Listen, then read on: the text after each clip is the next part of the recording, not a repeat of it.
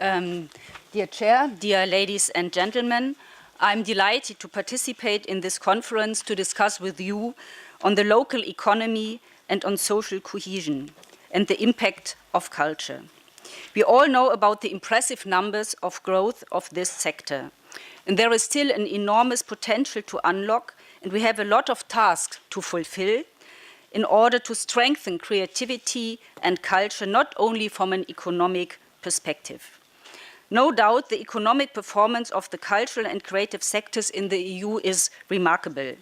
In a current study, the European Commission indicates that the cultural and creative industries account for 3.3% of EU's GDP and employ 6.7 million people, 3% of total employment.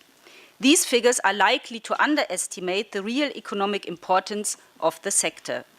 Taking into consideration the contribution of related sectors like, for example, the fashion industry, one will easily come up with figures twice as high. Moreover, the cultural and creative industries have an enormous spillover effect on other parts of our economy. Think only of the importance of design and advertisement for the success of manufactured products, or think of the importance of museums, operas, theaters and cultural sites for local tourism, hotels, restaurants and others. The importance of culture as a driving force for both economic and social modernization is most visible when we talk about the EU program Cultural Capitals of Europe. Since 1985, the European Union selects one or two cities or regions per year in Europe to be the cultural capital.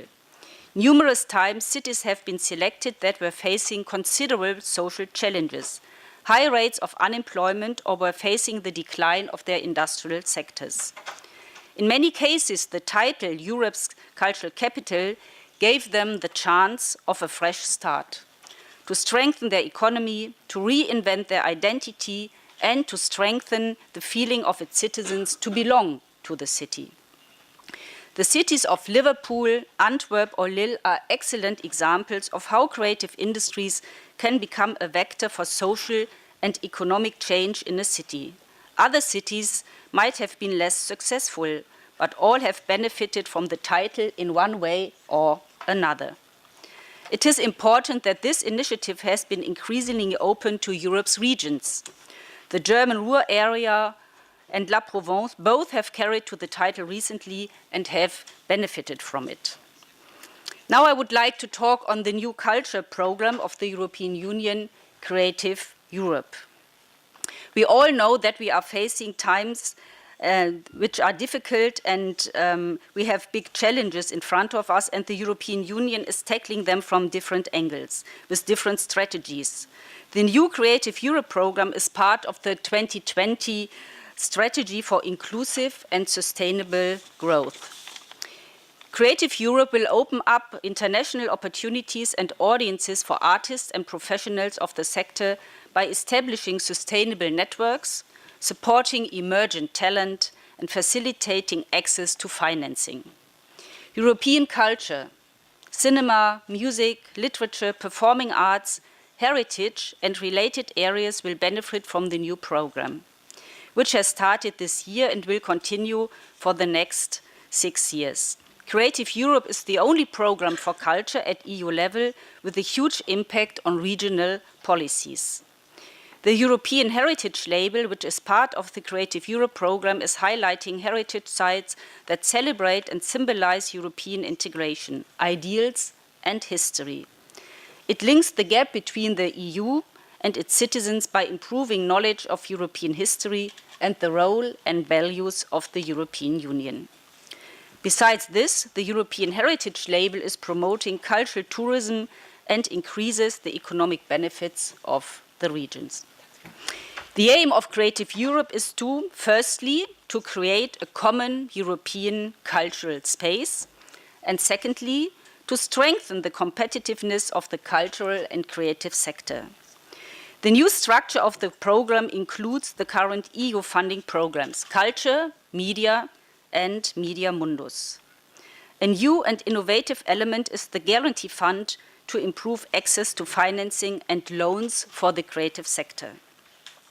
Concerning the financial means of the program, there is an increase of 9% in comparison to the originally proposed 37% the Commission and Parliament would have liked to see, what is a rather disappointing outcome, but nevertheless, at least it's an increase by 9%.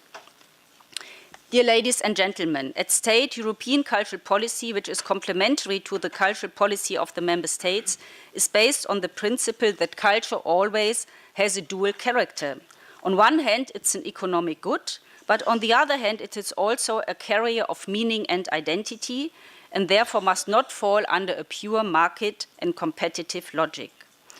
Unfortunately, the Commission did not follow this principle in their draft program, so we as the Parliament were challenged to do so. We insisted to refer to the UNESCO Convention on the Protection of Cultural Diversity, emphasizing the special status of arts and culture that does not exhaust itself in a commodity character.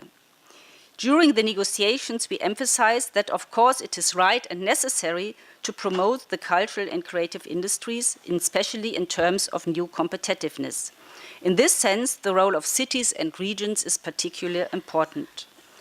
But this economic policy should not be at the expense of the value of culture and cultural activities and must therefore not question their eligibility.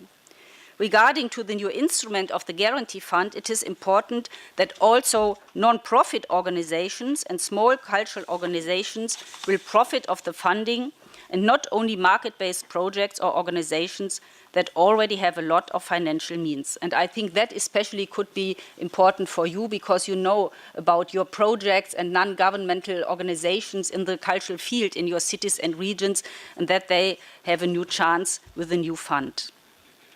We need a diverse culture with strong social integration competence, strengthening cultural operators and the civil society in order to shape the future of the European Union.